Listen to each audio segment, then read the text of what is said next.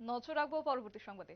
শুক্রবার সন্ধ্যায় এক মনোজ্ঞ সাংস্কৃতিক অনুষ্ঠান অনুষ্ঠিত হয়েছে রবীন্দ্র ভবনে এবং এক্ষেত্রে তথ্য ও সংস্কৃতি দপ্তরের সহযোগিতায় রবীন্দ্র ভবনের ২ নম্বর হলেই শ্রীজয়ী সাংস্কৃতিক এবং সামাজিক সংস্থার বার্ষিক নৃত্য সন্ধ্যার আয়োজন করা হয়। পাশাপাশি শ্রীজয়ীর কৃতি ছাত্রছাত্রীদের ও বিভিন্ন কলা কৌশলীদের সম্মাননাও জানানো হয়েছে। গোটা বিষয়কে কেন্দ্র করে বিশ্ব বাংলা সংস্কৃতি বলয়ের সভাপতি তিনি কি বলছেন শুনবো। আমাদের মাটির গভীরে নিয়ে যায়। আমি বলি, একটা হচ্ছে বনসাই সংস্কৃতি, আরেকটা হচ্ছে বটবৃক্ষ সম সংস্কৃতি চর্চা। বনসাই আমাদের শোরুমগুলোতে শোভা পায় খুব সুন্দরভাবে, দেখতে ভালো লাগে। ড্রয়িং রুমে শালুক সংশ্লেষ করে ছায়া দেয়, মাটিকে আঁকড়ে ধরে রাখে, ফল দিতে পারে।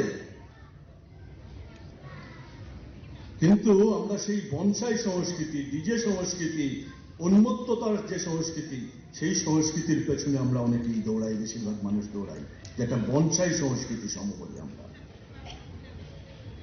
আজকে যে সংস্কৃতির চর্চা হচ্ছে বা আমরা যে সংস্কৃতির চর্চা করি, সেই সংস্কৃতি তার মূল অনেক গভীরে মাটির নিচে প্রথিত। এটা যেমন শালক সংশ্লেষ করে, তেমনি অক্সিজেন দেয়, তেমনি ফল দেয়, দুর্যোগের মধ্যে আমাদের মাটিকে আঁকড়ে ধরে রাখে। এমন সংস্কৃতির চর্চা আমরা করি। যখন এই সংস্কৃতির কথা বলি, তখন হলের মধ্যে মানুষজন কম থাকে। অথচ ত্রিপুরা রাজ্য ইতিহাস যদি আমি ভুল না জানি, তাহলে ত্রিপুরার রাজবাড়ি আর পশ্চিম কলকাতার মেটিয়াবুরুজের রাজবাড়ি, এই দুটো ছিল ভারতবর্ষের মধ্যে ধ্রুপদী সঙ্গীত চর্চার আতুর ঘর। এই রাজ্যের মানুষ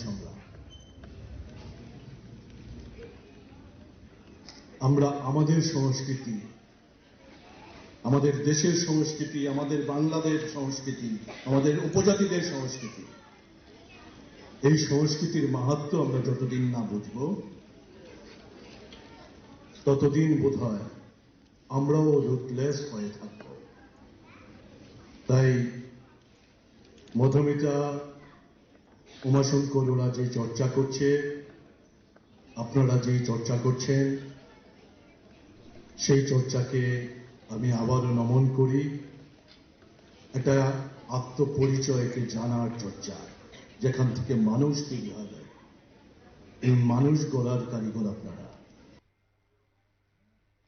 আপনারা শুনলেন বিশ্ব সংস্কৃতি বলয়ের বাংলা সংস্কৃতি বলয়ের সভাপতির বক্তব্য। কার্যত তথ্য এবং সংস্কৃতি দপ্তরের সহযোগিতায় আজ রবীন্দ্র ভবনে সন্ধ্যায় আজ অনুষ্ঠিত হয়েছে সাংস্কৃতিক অনুষ্ঠান এবং কার্যত এক্ষেত্রে বনসাই সংস্কৃতির প্রসঙ্গ তুলে তিনি সংস্কৃতির মাহাত্ম্য আজ তুলে ধরলেন। নিয়ে নিচ্ছে ছোট্ট একটি বিজ্ঞাপন বিরতির সঙ্গে থাকুন।